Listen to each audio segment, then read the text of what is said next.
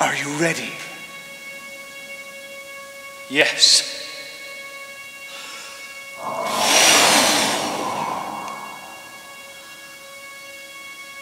From the beginning!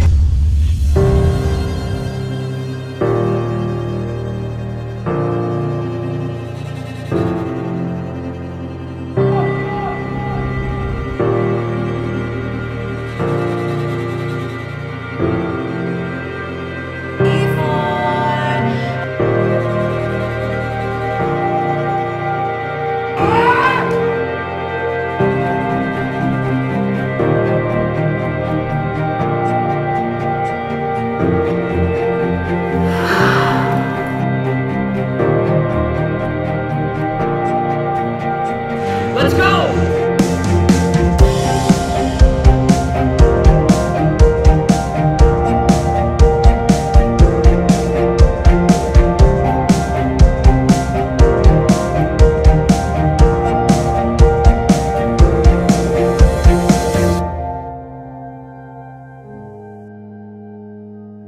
In September, we moved into our new home here in the McLab Theatre after months of countless design meetings and carpet sample meetings and chair meetings. So our new offices are in a converted coat check just outside the McLab Theatre. We've also renovated the lobby outside the McLab, so there's a beautiful bar there now and more space for audiences to hang out in between shows at intervals and afterwards.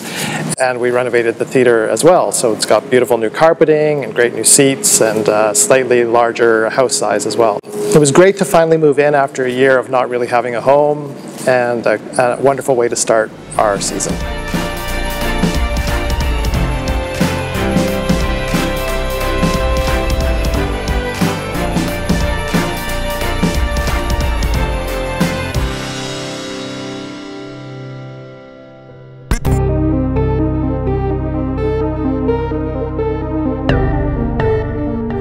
Right after we moved into our new home here in the McLab, I left town for 2 months. I was down in Calgary workshopping and rehearsing our new production, Fortune Falls. This was a piece that was commissioned by Alberta Theatre Projects, and we went down there to put the show together for the first time. So I was there with a team of 5 actors and lighting, set and costume designers, and as well our music producer and sound designer Matthew Skopic. All of them were available to be in rehearsals, so it was a wonderful process. We were able to really respond quickly to changes in the script and music. And after about a month of rehearsals, we opened at ATP in the Martha Cohen Theatre. We had a great opening night, full house, and that launched us on a 2.5-week run there and the beginning of the life of Fortune Falls.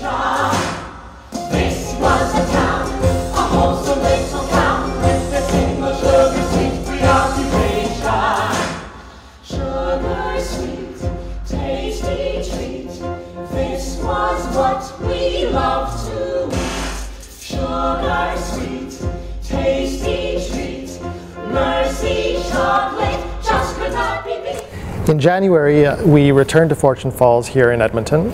This was the first show that we've done in our new home in the McLab.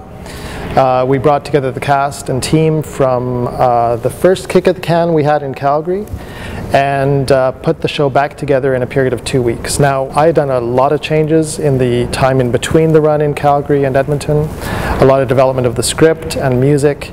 We were also restaging it for the space here at the Citadel. So it was a very intense process. Everyone had to work very hard to put the show back together. It was sort of like taking a bike apart and hoping you're going to be able to reassemble it. But everyone came through and we were able to produce what I think was a clearer story. That run opened here in the McLab, again to a full house on opening night, and a 2.5-week run here in the McLab Theatre.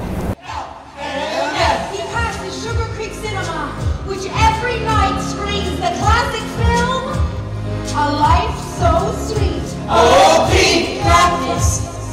You question authority. Or refuse to fail.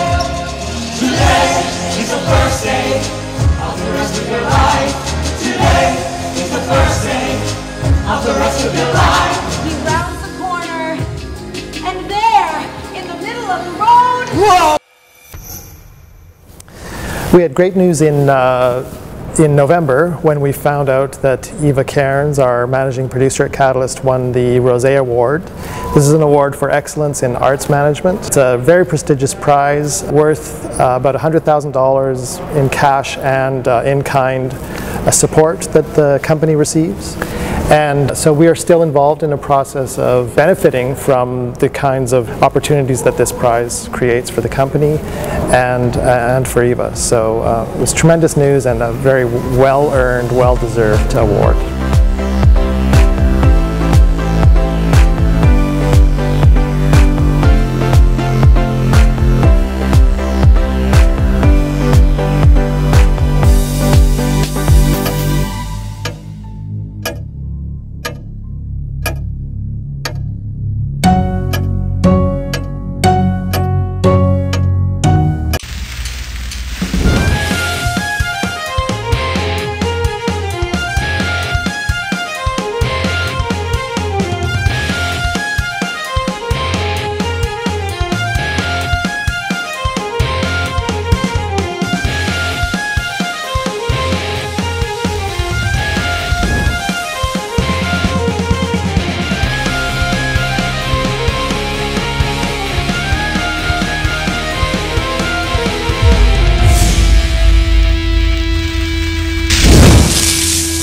The day after we opened Fortune Falls here in Edmonton, we went into rehearsal for our tour of Vigilante. So Vigilante was playing at 3 different theatres across the country. We started at the Grand Theatre in London, then we went all the way back across the country to Persephone Theatre in Saskatoon, and then we went back across the country one more time to the National Arts Centre in Ottawa. We had a great rehearsal process. It was wonderful to bring the team back together.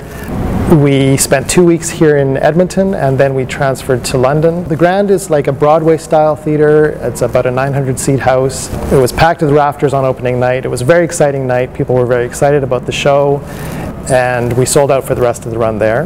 London was a really interesting place to start the tour of Vigilante because, of course, the story of the Donnellys comes from Lucan, which is just 20 minutes up the road from London. So there are a lot of people in that area that are connected to the story, descendants of some of the families that were involved, and people there tend to know the story fairly intimately. So there was a lot of interest in seeing how we had handled this story, how we were retelling the tale of the Black Donnellys. And it made for a really interesting dialogue.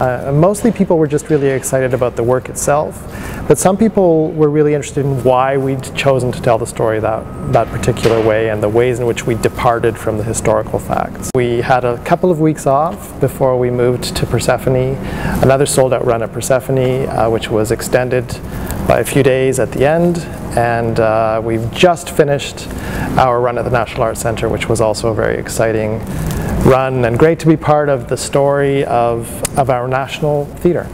It is really a beacon of what's happening in the country theatrically. What is the state of the art here in Canada? And so to be part of that story has a really meaningful symbolic significance for me, and it's very exciting to see the way that the National Arts Centre is increasingly representing work from across the country and telling the stories of artists from all of the regions in Canada. And it was a real gift to be able to sit in houses and watch the kind of enthusiasm with which people were responding to the show, both during and at the end of each performance. I know that for the performers it made the tour even that much more exciting because they felt that tremendous energy coming off the audience every night, and so I'm very appreciative of the way the show was received throughout the tour.